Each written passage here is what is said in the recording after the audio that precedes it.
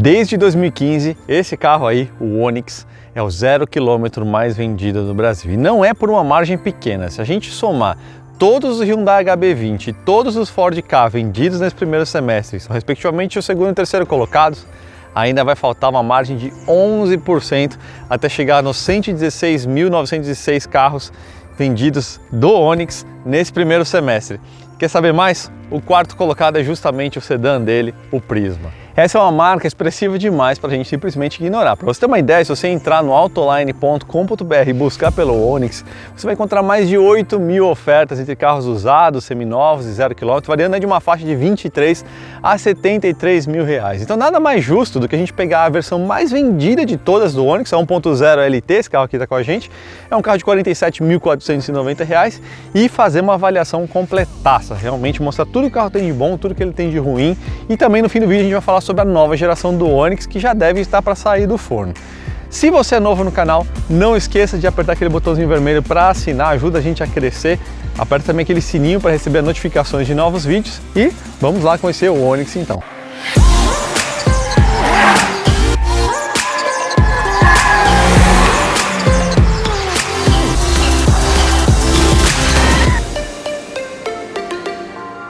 Antes da gente começar, vamos entender então como que o Onix chegou nessa posição de liderança de mercado. 2012 foi o último ano que o Gol liderou o mercado, encerrando um ciclo de 26 anos de liderança ininterrupta, mas isso já faz 7 anos. Justamente nessa época chegou uma verdadeira tsunami de novos concorrentes nesse segmento de entrada dos compactos, ou pelo menos eram de entrada.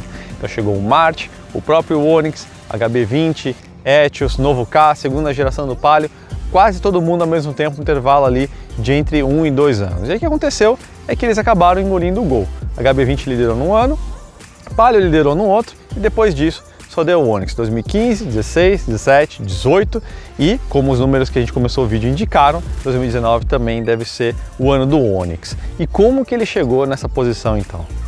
O primeiro motivo está na própria Volkswagen. Ela deixou o Gol envelhecer muito, tanto no aspecto mecânico, mas especialmente nos aspectos dimensionais e, acima de tudo, nos aspectos tecnológicos. Mas o público ainda queria alguma coisa meio como o Gol, tanto que ele era o líder até então. E de todos os concorrentes que eu acabei de citar, qual que justamente era o mais parecido com o Gol, tanto no fato de ter uma rede de concessionários muito grande, quanto na questão de design? O Onix. Se você olhar esse carro, especialmente na proporção 3/4 traseira, que lembra que você vê um pouco da lateral, um pouco da traseira, a similaridade com o Gol é muito grande. A distribuição dos volumes também é muito parecida. Agora, ser parecido com o Gol não ia fazer do Onix um líder, não é mesmo?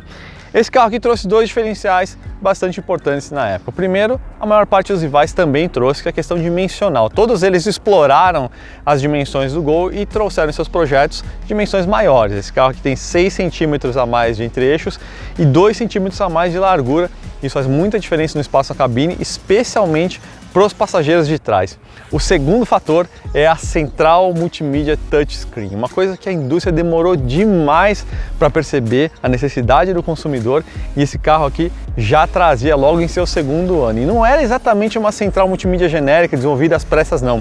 O MyLink era tão bom que era um sistema transversal em toda a Chevrolet e era utilizado inclusive no Camaro. Esse carro oferecia isso já em 2013, nenhum dos seus concorrentes na época oferecia, então a Chevrolet nadou de braçada sozinha por muito tempo nesse fator. Um terceiro fator é que a Chevrolet aprendeu com seus próprios erros. Quem aí não se lembra do famoso câmbio EasyTronic, né? Aquele automatizado que não era exatamente suave, ganhou o apelido de Easy Tranco, lá de mais ou menos 2007. A Chevrolet aprendeu com aquilo e em 2013, quando foi introduzir um sistema de trocas automáticas para o Onix, trouxe realmente um câmbio automático de verdade hidráulico, 6 marchas. Então isso também trouxe um pouco de sofisticação para a percepção do público em relação ao Onix. Não sendo suficiente, em 2017 ela também introduziu uma mudança para o câmbio manual, que também passou a ser de 6 marchas, ajudando muito no consumo na estrada. O último fator que a Chevrolet aprendeu com seus próprios erros do passado é em relação ao acabamento interno. Talvez você se lembre aí do quanto que o Celta foi criticado na época de seu lançamento, especialmente os primeiros modelos, as primeiras fornadas, em relação à qualidade dos acabamentos internos. O Agile que veio depois já deu uma boa melhorada nisso, mas ainda era bastante simplório e também foi muito criticado por isso. Para o Onix, a Chevrolet trouxe realmente uma mudança significativa, trouxe um design mais refinada, uma evolução bem grande aí do conceito que o próprio Agile introduziu, e trabalhou muito em detalhes para realmente dar aquela percepção de refino, especialmente em relação aos seus concorrentes. A gente vai mostrar a cabine em detalhes daqui a pouquinho para vocês. Então esses foram alguns dos fatores que trouxeram o Onix à liderança num relativamente curto período de tempo. E note que a gente não falou nada do motor, porque é justamente um dos seus pontos fracos em relação aos rivais. O que a gente tem aqui é 1.0 4 cilindros em linha, 8 válvulas, conhecido pelo código de fábrica SPE4 Eco. Em bom português, é um Família 1 Chevrolet, provavelmente a última evolução da história desse motor, que já tem quase 40 anos, 37 anos de história. É lógico que desde aquela época do Monza até hoje, pouca coisa sobrou. Na verdade, a gente pode falar que é a mesma arquitetura, mas é quase tudo diferente. Todos os componentes internos, obviamente, são diferentes. O cabeçote tem um desenho completamente diferente, sistema de ignição e injeção, nada a ver, obviamente, com o motor mais antigo. Aliás, ele avançou tanto que as folgas chegaram no ponto de precisão que esse carro aqui usa, esse motor usa o óleo 0W20. Lógico, tem bobinas individuais por cilindro. Então tem uma série de tecnologias que foram introduzidas, especialmente nessa última versão Eco, quando eles trouxeram pistões e bielas mais leves, redesenharam as bronzinas também para reduzir o atrito, além de algumas outras mudanças que a Chevrolet introduziu em relação ao restante do conjunto do carro para ajudar no consumo. Mas por mais recursos que tenham sido introduzidos, a arquitetura básica ainda é de um projeto antigo. Então a gente tem aqui bloco de ferro fundido, 4 cilindros em linha, um cabeçote relativamente simples, né, com 8 válvulas, um comando apenas, e especialmente sem o variador de fase. Então essa combinação toda de fatores deixa ele realmente antiquado em relação aos novos 3 cilindros em linha. Aliás, vale lembrar que esse motor aqui não utiliza o sistema de aquecimento de combustível, ele ainda utiliza o tanquinho, o famoso tanquinho de gasolina, para a partida a frio. O interior do Onix é um dos pontos nos quais ele busca se diferenciar. A gente tem aqui um desenho bem aspiracional, ele tenta flertar com a ideia de um desenho de um painel e uma cabine de um hatch médio, até pela forma como o painel se projeta, deixando essa área aqui até o para-brisa bem comprida, e por essa forma envolvente aqui do painel, com essas formas aqui meio refinadas, meio arrojadas, com essa diferença de cor aqui entre esses dois elementos aqui. Vai lembrar que isso continua inclusive no painel de porta, que tem sim um tecido. Tudo isso aí para aumentar essa percepção de qualidade da cabine. Esses aí são só dois dos vários detalhes que a Chevrolet investiu aí ao longo do tempo para deixar a cabine do Onix cada vez mais aprazível e com essa percepção de qualidade percebida que eu comentei no começo do vídeo. Então tem vários outros detalhes que a gente vai pegando, por exemplo, a presença de elementos cromados, não pintados de prata, realmente cromo aqui nas saídas de ventilação, inclusive na maçaneta, que tem inclusive uma forma bem sólida, uma coisa que falta em alguns dos hatches de entrada. A gente tem alguns elementos emborrachados, por exemplo, na manopla de câmbio, nos controles de ventilação. A gente tem a abertura porta-malas interna aqui por meio da tecla. E mesmo esse cluster aqui acaba dando um toquezinho de sofisticação, né? Lembra um pouquinho de uma motocicleta aí. Lembra bastante inclusive o do Sonic, que é um carro primo aí de plataforma, Gama 2, a mesma plataforma que o Onix usa, e especialmente o trabalho que eles fizeram nos bancos aí nessa última evolução. Você pode ver que tem uma costura dupla aqui, tem dois tipos de tecido, né? Tem um tecido e um material sintético aqui imitando o couro, e esse aplique emborrachado aqui. Então tudo isso vai encantando na convivência aí, quem faz test drive, por exemplo. Então são detalhes que realmente agradam e fazem o carro parecer mais sofisticado do que ele realmente é. O sistema de infotainment, lógico, segue sendo um diferencial importante do Onix. Ele faz parte de um pacote opcional de R$ 2.500, vale a pena pegar porque inclui não só ele, como também sensores e câmera de ré e também espelhos retrovisores elétricos. Essa aqui é a segunda geração do MyLink, oferece aí conectividade de Android Auto, Apple CarPlay. O único pecado aqui relativo ainda é a questão de falta de um navegador GPS, mas aí você conectando o smartphone com cabo aqui, eu estou usando o Waze aqui, por exemplo, você já consegue usar. Você consegue usar a parte de telefone aqui, enfim, a parte de áudio, Spotify. Acaba sendo muito prático, um sistema muito rápido, muito fácil, intuitivo de ser utilizado, como já era, inclusive, o MyLink de primeira geração, então esse aqui só ficou um pouco melhor. Isso não quer dizer que a vida é perfeita aqui na frente, como vários dos carros dessa categoria, infelizmente, falta aqui uma regulagem de altura e telescópica da coluna de direção, e falta um ajuste de altura apropriado do banco, porque aqui ele simplesmente bascula o assento e obviamente esse sistema é antiquado e não funciona bem o suficiente. Outro problema dos bancos, especialmente para uma pessoa mais alta, como é o caso, tem 1,83 m, é que os assentos são muito curtos. Na verdade, o banco ele é pequeno de forma geral, né? A lateral aqui ele até que apoia bem, mas um cara que talvez seja um pouco mais obeso, talvez sinta falta de se encaixar um pouco melhor. Então, dimensionalmente, os bancos são muito pequenos. Outra falha aqui que a gente não vê é um apoio emborrachado para o pé esquerdo. Então, a tendência com o passar dos anos é desse carpete acabar cedendo. E para mulheres e caras mais vaidosos em geral também vai fazer falta aí a iluminação aqui dentro dos para-sóis. Outra falha que é muito comum a carros dessa categoria é a rigidez dos plásticos, especialmente nos painéis de porta. São plásticos muito duros e com isso acabam arranhando um pouco facilmente. Vamos dar uma olhadinha ali atrás como que é. O espaço traseiro é bem razoável para um carro compacto. Eu estou com o banco ajustado para mim mesmo ali na frente, né? E vejo como sobra um espaço para os joelhos, não preciso abrir as pernas, então dá para viajar aí com bastante conforto.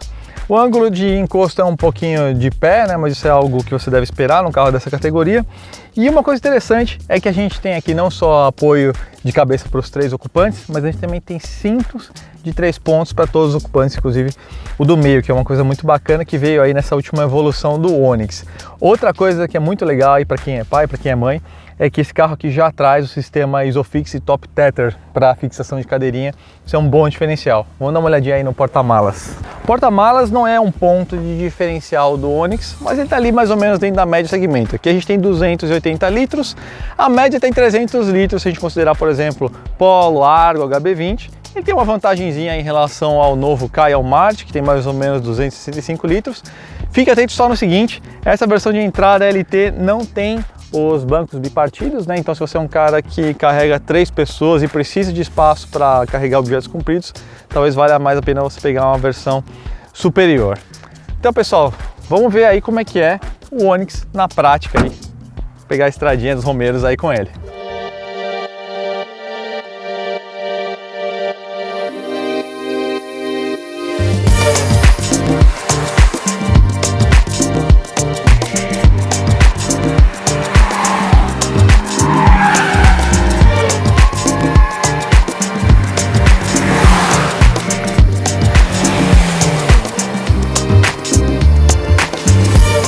Bom pessoal, vamos então ver qual é que é a do Onix, mais vendida no Brasil.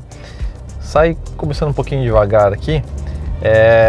Uma coisa que chama a atenção para mim positivamente aqui é como que o motor foi bem isolado aí em relação ao habitáculo, a cabine, né?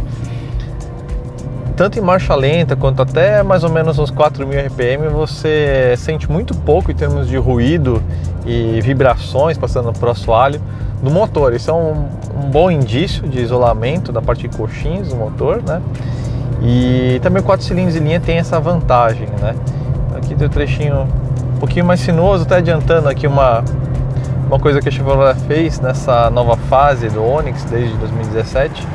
O carro está 10 milímetros mais baixo, né? Os proprietários reclamavam em questão de estabilidade, então é raro isso acontecer, mas eles deixaram o carro um pouco mais baixo, centro de gravidade um pouquinho mais baixo, suspensão funciona um pouquinho melhor, né, em termos de variação de geometria, então ficou melhor em termos de balanço nas curvas, né? Mas voltando aí à questão do motor, então você tem uma certa suavidade aí no funcionamento, né?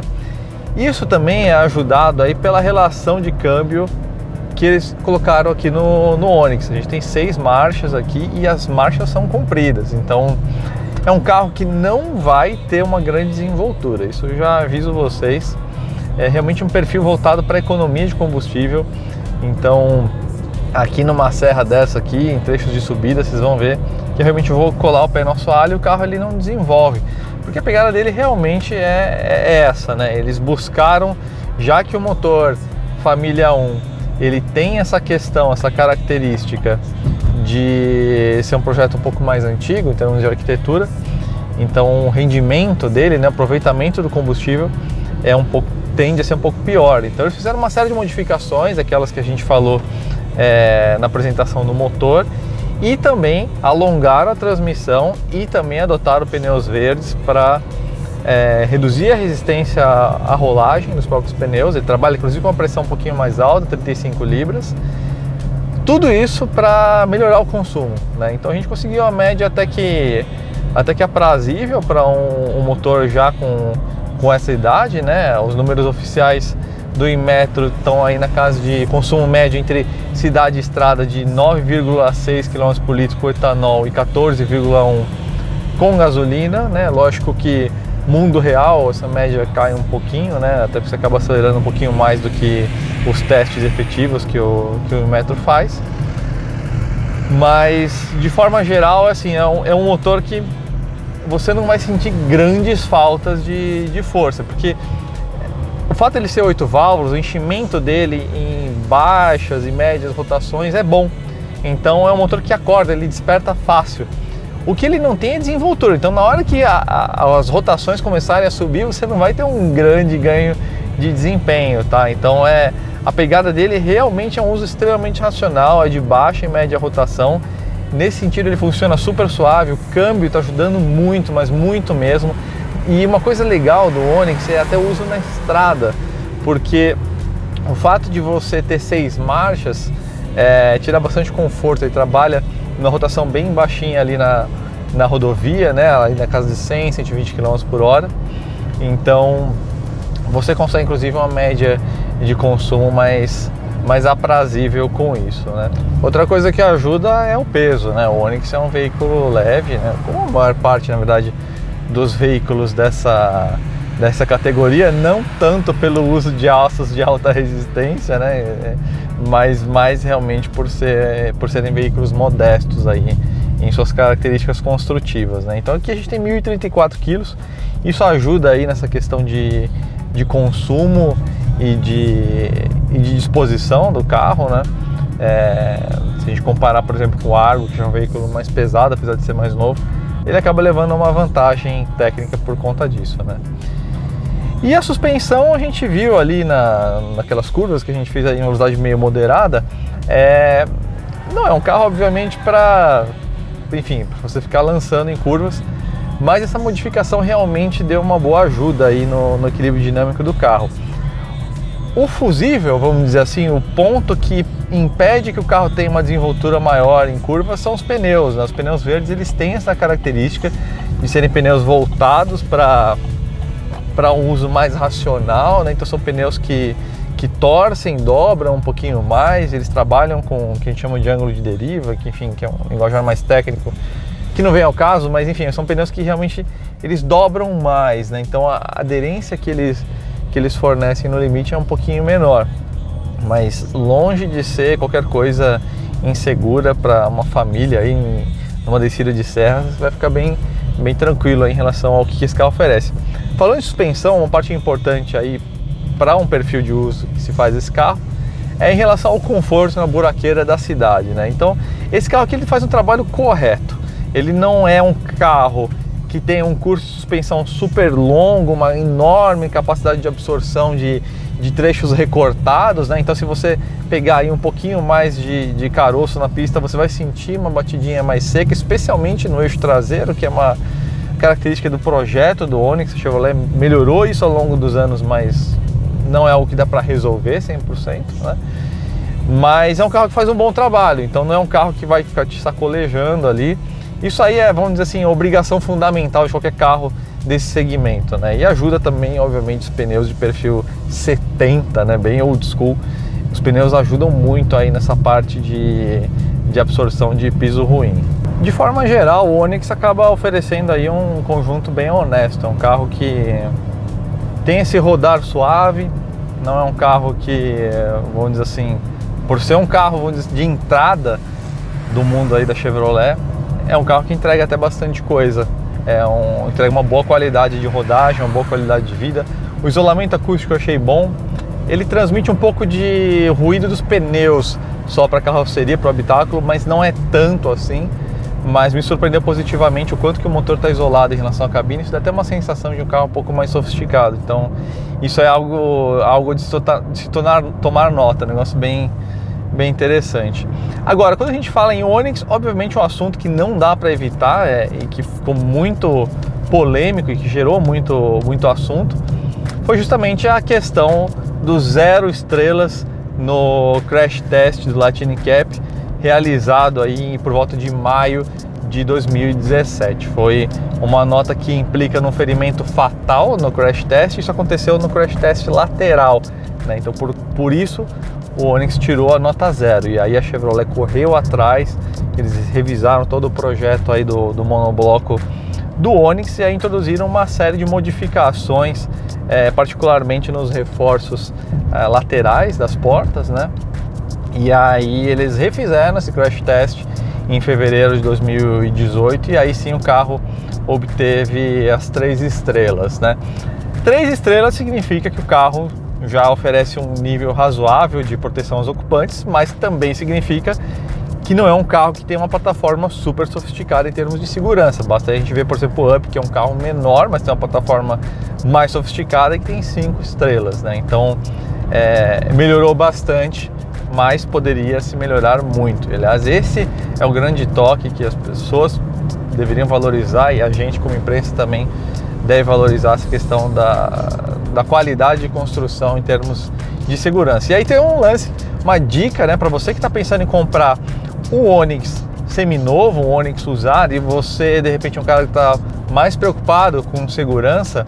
Os carros fabricados a partir de fevereiro, entre janeiro e fevereiro de 2018, são os que incorporam esses reforços na carroceria. A gente vai botar na tela aí, acima, na verdade, desse código de chassi que a gente colocou aí, que você deve procurar o carro, caso você queira o Onix com esses reforços estruturais. Mas tem um jeito bem fácil, na verdade, de verificar isso, que é você observar se o carro tem o top tether. Basta você abrir o porta-malas e olhar a parte de trás ali do encosto do banco traseiro. Se ele tem o top tether, ele já tem esses reforços. Então fica essa dica aí, se você realmente quer um carro com esses elementos de segurança já mais sofisticados do Onix, que inclusive mudou até o cinto de segurança, mudaram vários pequenos itens para realmente deixar o carro mais seguro.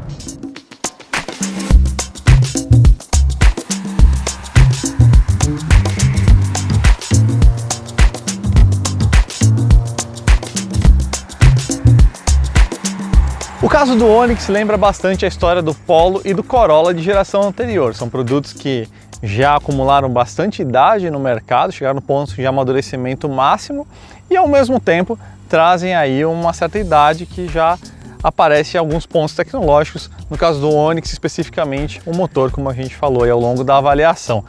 Por outro lado, como eu falei, amadurecimento. Então o produto está no estágio máximo de evolução, essa plataforma aqui. Então pequenos ajustes de suspensão, de freios, de direção, de isolamento acústico, acabamentos, qualidade construtiva, realmente essa plataforma aqui chegou ao máximo, inclusive o próprio motor Família 1 chegou em seu estágio final de evolução. Então é um carro que acaba sendo agradável no uso de base diária, como era o Corolla, como era o Polo, nos seus respectivos segmentos. Então é um carro que convence por isso, ele vai te agradando nessas pequenas coisinhas, né? Agora, geração nova do Onix está aí batendo na porta, né? Já era para ter saído, talvez saia aí entre agosto e setembro.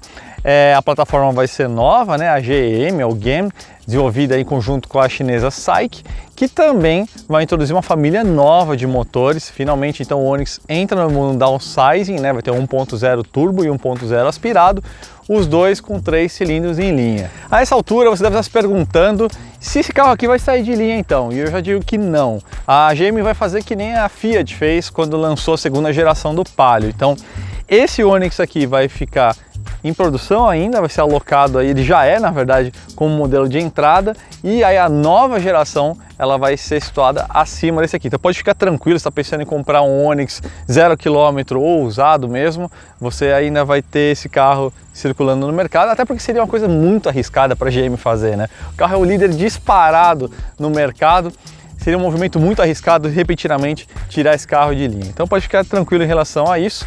E para encerrar, pessoal, fica aí a nossa dica. Novamente, vá lá em autoline.com.br, faça a sua procura aí, tanto pelo Onix quanto pelos seus rivais, para você encontrar a escolha que mais te agrada. Então tem o HB20, tem o Argo, Polo, Sandero, Etios, uma série aí de hatches com características parecidas aí do Onix para você procurar lá no Autoline. Beleza, pessoal? Espero que vocês tenham gostado da avaliação, que tenha sido útil. Deixe seu comentário aí, sugestões aí, que pontos que a gente pode melhorar, que carros que você gostaria que a gente fizesse. E é isso, pessoal. Muito obrigado aí pela atenção, pela audiência e até a próxima.